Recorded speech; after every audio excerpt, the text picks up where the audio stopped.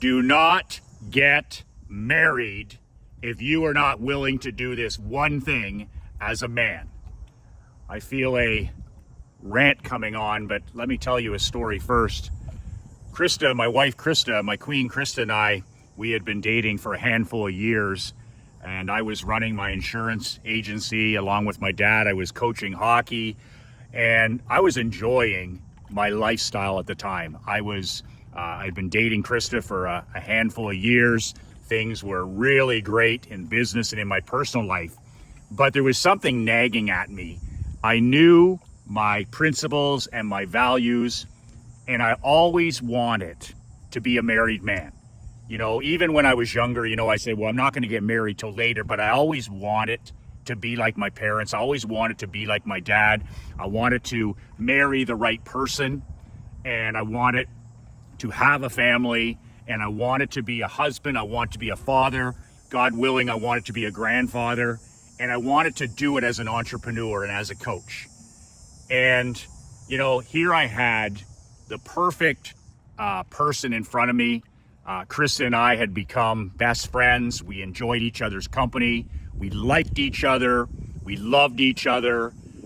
She's the kindest, most compassionate person I'd ever been or spent time with. So, asking her to marry me would be not just the most important decision of my life, but it would be an automatic slam dunk for me. Marrying the right person. We had the same values. We had the same principles. We didn't have the same opinions on things. She pushed me and pushes me to this day to think differently, to think for myself. We don't agree on a lot of things, but we have the same values and we have the same principles. Hard work, honesty, autonomy, freedom, kindness, compassion, serving other people. So I was talking to my dad one day at work, and I had bought the agency from my dad, and I mentioned to him on one of our father and son Monday lunches, we'd always go across to the pub and have a couple of beers and lunch, and we talk about everything. We talk about sports, we talk about family, we talk about life, we talk about business, we talk about all of it for hours. Some of the greatest times of my life. My dad's turning 92 next month. And one of the things that came up is I said, Dad, I'm going to ask Krista to marry me. I'm going to go see her mom and her dad and ask permission. I'm an old school guy that way. And my dad turned to me and he looked over the table and he said, he says, what the hell are you waiting for? What the hell are you waiting for? He said, if I were her, I would have dumped your ass 2 or 3 years ago. He said, you have the perfect person here. She's incredible. She's intelligent. She's beautiful. She's kind. She's compassionate. And he said, here you have been for the last handful of years, just hanging out. He says, get your ass in gear, ask that for that woman's hand in marriage, and start building your kingdom. He says, all of this stuff here, business and sports and all of this other stuff, he says, it's okay, but that's not the real stuff. The real stuff is marriage and building your kingdom, your children, building your empire with the people that you love and respect. And he said, if you're not going to do that, then don't get married. Don't get married. But he said, your mom and I have been married together for 50 plus years at the time. And he says, we're best friends. He says, we argue, we fight, we don't agree on things. Marriage is hard. Get that in your head. It's going to be hard. But he said, you've got to be best friends.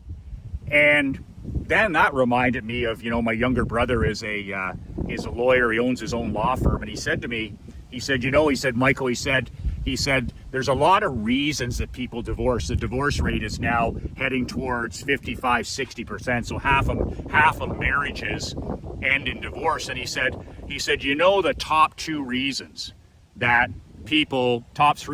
that people end up in divorce, especially in the first 3 years, they don't last. And I said, well, financial money is one of the first ones, the pressure of money. People fight about money. He goes, yeah, you're right. That's one of the top 3. They fight about money. They divorce over money, debt, It's very difficult on a relationship.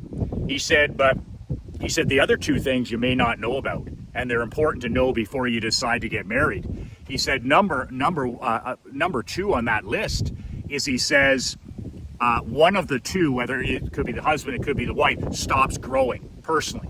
So one of the partners continues to work on themselves, continues to read books and go to seminars and stay and get fit and improve themselves, and then the other doesn't. They stagnate.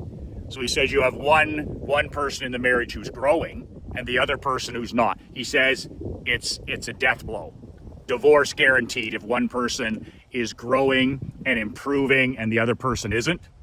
And then he said to me, the other one, he said, I hear a lot. He goes, and it just stuns me, is he says when a couple decide to divorce, they actually still love each other. They do love each other. They just don't like each other anymore. And he says that's where they're no longer ride or die partners. They're no longer best friends. And he says it ends up in separation. And then, my dad always says, he said, your mom is my best friend. That's my secret weapon. And I remember that word, secret weapon. He says, you marry the right person. If you marry the right person, it's the number one most important decision you'll ever make. And if you marry the wrong person, he said, you're going to live life on hard mode. It's going to be hard. It's going to be difficult.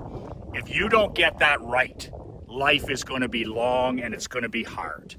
But if you get this decision right, you marry the right person, your secret weapon, your ride or die queen, and you build your empire together, he said, you're going to live life on easy mode because you're going to have a person who's got your back. They're in your corner. They're going to love and support you during all of the difficult times. But getting that decision right is the number one most important decision you'll ever make. And then he said to me, he goes, your mom is my secret weapon. I can talk to her about anything, and I know that she's always got my best interest in mind. And she's going to tell me when I'm wrong. She's going to tell me when I need to think differently. And that's why she's my secret weapon. And after, talking to my brother and talking to my dad off and on about this, I knew right away that Krista was the one for me. She was, my secret weapon already. She was my ride or die partner. She was my best friend. And we loved and we liked each other. And that's who you want to build your badass empire with. That's who you want to build your top 1% world with. Somebody who challenges you, somebody who keeps you honest, somebody that loves you, somebody that respects you, and somebody that genuinely likes you, that you're genuinely best friends. And that's why date nights are so important, continuing to date your wife, where the kids are, it's time away from your busy schedule. You leave the phone at home and you go out and you have lunch together, or you can have a walk, or you can have breakfast, or you can have dinner. You don't have to spend money, but you need to constantly date your wife. And that's more about communication than anything. For me, at least, it's been about just sitting down and talking about our empire, our marriage, our daughter Emery, and just having adult time together with no distractions. But if you're not willing to make your marriage and your children number one, ahead of your career, ahead of your hobbies, then you shouldn't get married. Because marriage is hard, it's difficult, and it's the most important decision you'll ever make. But that was stunning to me when my brother said, the 3 reasons are financial. The second reason is, they stop growing. One partner is committed and the other isn't. And then thirdly, in the end, they don't really like each other. They don't like spending time together. So you got to work at it. It's the most important.